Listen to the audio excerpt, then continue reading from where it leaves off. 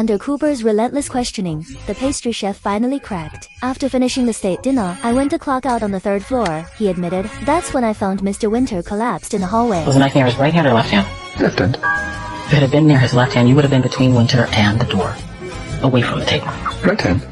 He claimed he took the blade still in its sheath, completely clean solely to avoid looking suspicious. But here's what didn't add up. That knife never leaves my kitchen station. Did you come to this room after you left the game room with the knife? Yes. Why didn't you take the case with you back downstairs? I thought it would look suspicious. The pastry chef stood speechless, his alibi crumbling until gardener Emily dropped a bombshell. Those leaves in the game room. She pointed toward the White House grounds, half buried in the grass, a cigarette butt stained with lipstick.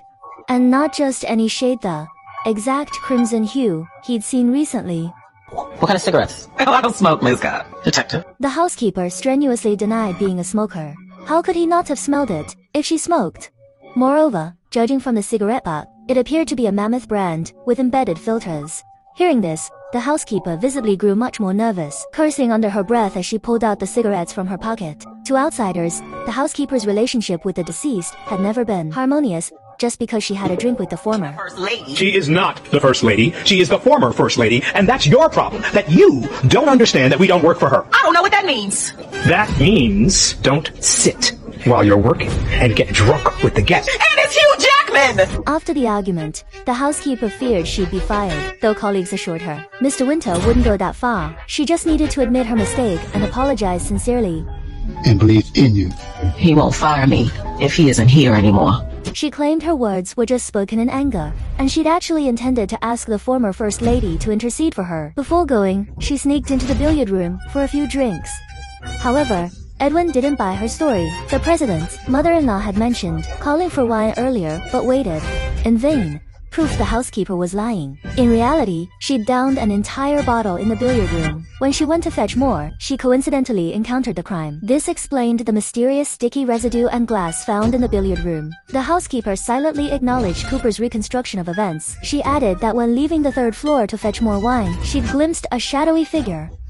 Was it a man or a woman? Really drunk. I'm drunk right now. Where? At the end of the hall. What time? 9:48. It's 11 o'clock in my house. Did she kill A.B. Winter? Before she could elaborate, the conversation was interrupted. Dr. Ann delivered the autopsy results. Time of death, around 9:30 p.m., half an hour before the body was found. The wrist wounds were post-mortem, with the fatal blow being head trauma.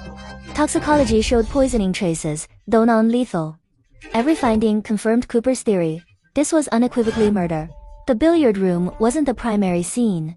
The body had been dragged there.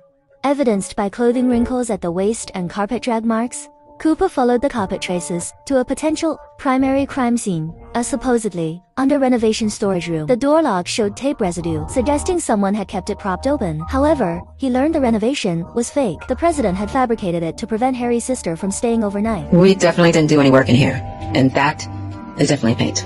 Using his flashlight, Cooper sniffed along the walls, where the paint smell was strongest. He scraped with his knife, revealing red stains beneath. As the team stared in shock, a call came from across the street, requesting the lead investigator. They discovered it was a young boy named Wu Shi, who was utterly fascinated with the white. After learning their tour was cancelled, they booked this hotel. From 6 in the evening onward, he had been observing through his telescope. He noticed red flashes in the northeast corner's room 301, each lasting about 15 to 20 seconds. He saw them again at 9:46 and 9:51. Flashing red light. Yes. In the window? Yes. Flashing red lights? Brake lights from the cars on 16th Street driving away from the White House, reflecting back on the White House window. It's the most enduring conspiracy theory in Washington. Flashing red lights in the windows of the White House. But Cooper wasn't convinced. A boy who knows Room 301's history over decades would surely know the urban legend. Edwin mentioned, he reasoned. Besides, if they were just brake lights, wouldn't they be visible all night? Cooper decided to check out room 301 himself. That was exactly the room where he'd found the bloodstains. Yet, none of the president's family members in the White House knew its location. While asking around, Cooper accidentally learned that the president's brother, Tripp, had a major argument with the victim before the banquet, forcing the president to constantly clean up after him. The person actually handling these matters was Mr. Winter. Since Terrible Tripp lived up to his notorious reputation, the president excluded him from the state dinner. One robe. It's not one robe. You have pillows, pens. Look, you can get mad all you want, but I'm not taking anything important. Winter had finally had enough of Tripp's outrageous behavior. To make matters worse, Tripp had even moved the Lincoln statue into his room. Winter insisted he must report this to the president. Please don't tell my brother. I'm begging you. I'll return everything. Every last fucking thing I took, I'll return it. Tripp then launched into a lengthy story about his parents, favoring his siblings growing up. While pitiful, Winter remained focused on his duty. I got mad. It was a fight.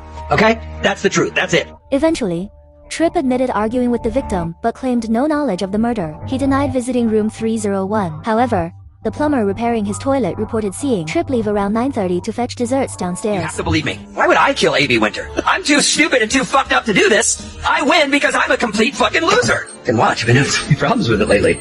Could the flashing red lights the boys saw have come from Tripp's watch? Just as Cooper prepared to question the president about his brother, the case took another unexpected turn. Uninvited guests had somehow slipped into the state dinner. Upon discovering this, Mr. Winter detained the intruders, Mr. and Mrs. Moda, ordering them to remain until the banquet ended. This security breach exposed major flaws in White House protocols.